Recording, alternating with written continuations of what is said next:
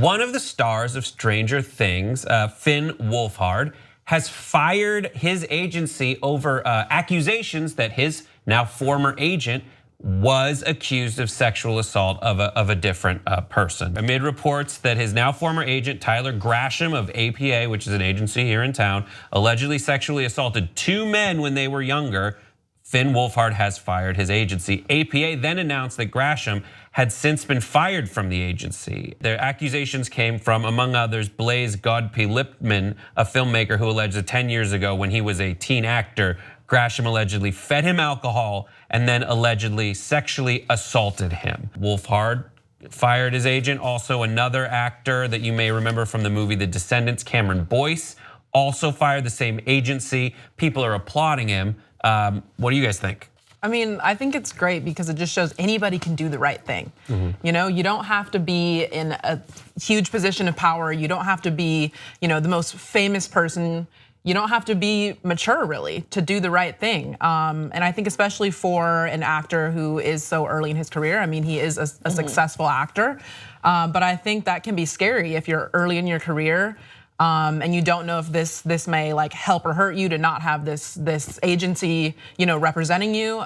So I was really happy to see that a kid just did the right thing. And also, he's been accused of sexual sort of misconduct through texting and messaging some of his clients or people that he worked with. So this agent is a shady, sketchy, bad individual for a number of reasons that are now just coming forward. I think it's great that these kids that work with him, especially since he did have sort of a younger clientele, are coming out. And I agree with what you said, Darren, that you don't need to be a mature adult to know what's right and what's wrong. And but I also am reminded that this all, that who at APA had some idea that he was not conducting himself professionally all the time. And then it goes back to the tweet that really made such an impact on me after Harvey Weinstein, which was, remember, the Weinstein company isn't firing Harvey Weinstein because they found out about Harvey's misconduct. They're firing him because we found out. So I really, it makes me wonder,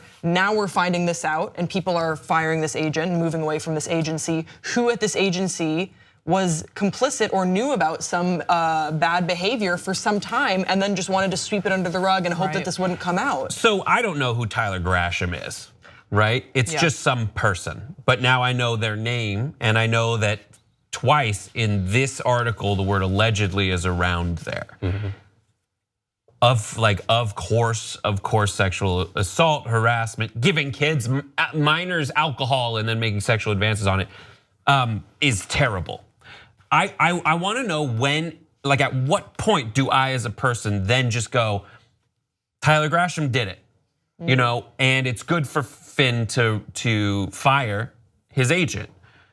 I don't know. This hasn't been proven in a court of law. That's where it always gets freaking, but all the obvious things well, it's difficult to prove it. I know that rumors are one thing and then allegations that are hard to come out with over time because of how traumatic the situation are another thing. I don't know where to come down and still be ethical. Yeah, I agree with you 100%, Brett. Also, Tyler, the young child's 14 years old, yes? Yes, 14 is what they said. So his parents are the ones that... It's Finn is the actor and Tyler is the agent. Right, sorry about that. So Finn, the actor, his parents or his team of adult staff facilitate his career were probably the ones that said, yes, we need to fire this agent, this manager before shit really hits the fan. I agree with you, Brett. Whenever you hear, Nelly was just accused of a sexual assault and rape, and there's all these different allegations, and you think well, what am I supposed to believe? I think in the case of this young star, good for him for knowing that, hey, this is wrong. Sexual assault and rape is something that's not a good thing. But also I think it's their team that's saying, listen, this kid has a career. What we need to make sure we do what's in the best interest of keeping his career together. So while I applaud the young man for making that decision, we have to also remember there's other powers that be that are making decisions for him. And again, the agent, it's always he said, she said, and you don't want to fall on the side of, well, he did it and accuse him when we don't have all these things that point to that, yeah, he did it. It does feel though like Harvey Weinstein is obviously our one frame of reference, and as I've been in town in Hollywood for years, and it makes sense. Like from what everyone ever said of Harvey Weinstein, it makes sense. So I feel more okay saying like, yeah, this has got to be true, right? Yeah. Matt Damon and George Clooney sat down with Michael Strahan on Good Morning America. And they asked Damon. Damon is the guy who was a Miramax guy. Good Will Hunting is a Miramax movie that launched his career, 3-picture deal after that. Damon said, I knew Harvey was an asshole. He prided himself on being an asshole. I knew he was a womanizer in a way that I wouldn't want to be married to the guy if I was a woman. But I didn't know of any sexual assault situations like this. And then Damon says, I knew about the one with Gwyneth because Ben dated Gwyneth after Brad, and the one with Gwyneth I knew about, but they seemed to handle it. But I didn't know it was on the scale. But you just said, I didn't know of any sexual assault situations, and then I did know of any sexual assault situations. We talk about like who's complicit when. Are people like Matt Damon complicit because he knew about the Gwyneth thing and he knew Harvey was an asshole? Did he not put those two together? Like, where do who's at fault? Of course he was complicit, but then also you have to think about the relationship he had with Harvey Weinstein though, because this, you said Harvey Weinstein pretty much gave him his career with Good Will Hunting and then everything. I mean, he won an Oscar for it. So yeah, he's complicit. Maybe not like directly, but he did have some knowledge. But we talked about this on a couple weeks ago. This town's built on relationships. Everyone's here, I wouldn't say everyone, but majority of people that come here that wanna work in the business are kind of thirsty for that opportunity, or kind of thirsty for that fame, or have some kind of fucked up mentality of why they want to work in the business that works like no other. So when that comes into play, you have to worry about your well-being in the long term. So I believe Matt Damon knew a hell of a lot more than he's leading on to. Because if he's saying, oh, I knew about the Gwyneth one, well, it's like, okay, Corey, that one was probably like the least egregious of them all, right? Or in I guess in comparison to the Gwyneth one. From the story I saw and read was that Gwyneth like got the fuck out of there as soon as it happened. Told Brad. Brad went up to Harvey and was like, "You will not do that." And then he didn't do that anymore. And Gwyneth went on to make multiple films, including Shakespeare in Love, for which she won the Oscar. I think she did. After that, but it was like. The thing in Hollywood is everyone knows that shit like this happens all the time. And it had been part for years, or at least it had been part for years of the aura of an agent or a producer to be a shithead. To just be like, I get shit done in this town, I'll look at her ass. Like there is the movie adaptation. There is a scene where Peter Livingston, who's the guy from Office Space, is having a conversation with his client and he stops and goes, hey, you see that assistant over there? I fucked her in the ass. That's based on a conversation that was had with an agent that I know.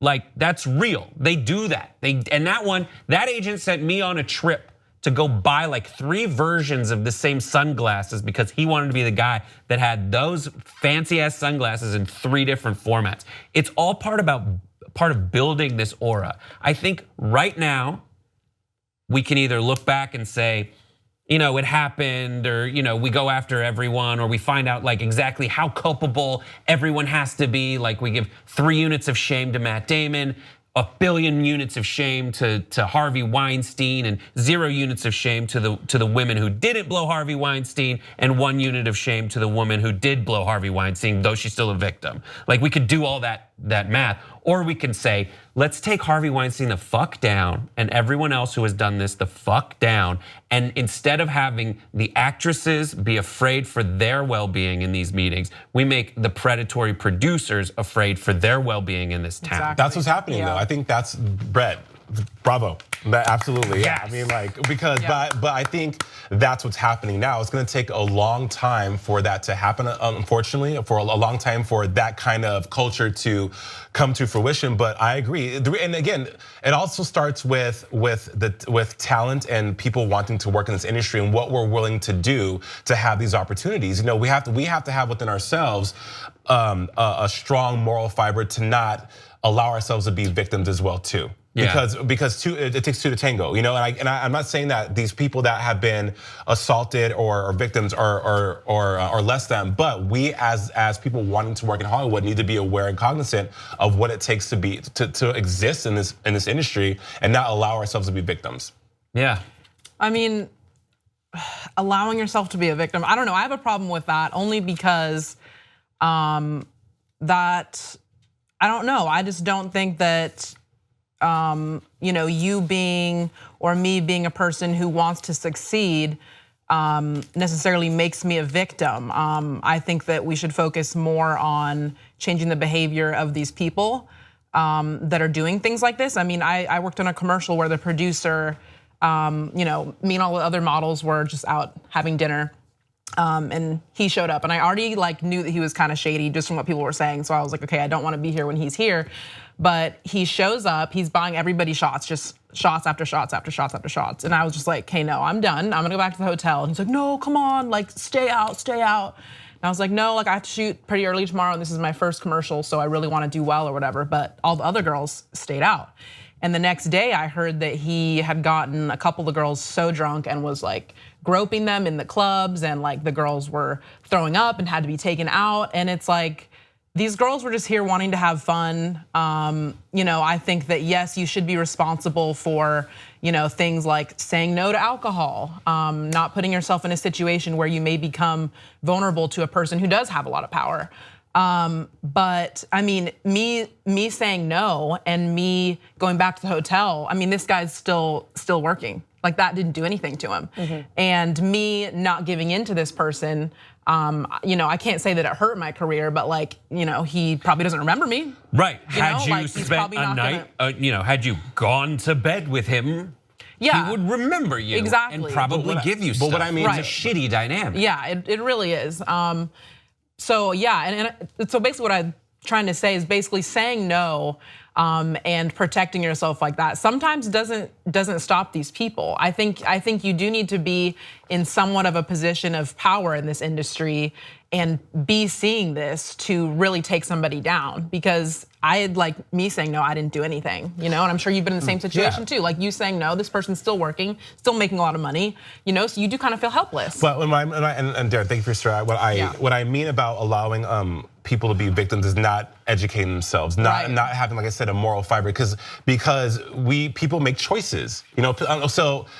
There was an opportunity I had a long time ago at a very, very powerful agency that I wanted to be with, where I had a choice. I could either engage in something with this person to get me on this super cool tour or not. And luckily, thank God, I had something in me at 21 years old said this isn't right. And when I say allowing ourselves to be victims, I mean be smart about it. Know that you have a choice. Some of these people feel like they don't have a choice. Right. So I'm not saying that the people who have been victims of sexual assault or of anything in this industry were stupid or they deserved it. That's not what I'm saying at all. Right. I'm just saying that now we know better, so do better. That was the point I was making. And there's other paths. I feel like I'm channeling Sam here. Sam would be like, you don't have to do that. There's another path out there that doesn't involve this terrible stuff, even though at the time it does seem like there is one way to do it. I either give in to this sexual pressure and succeed, or say no and fail forever.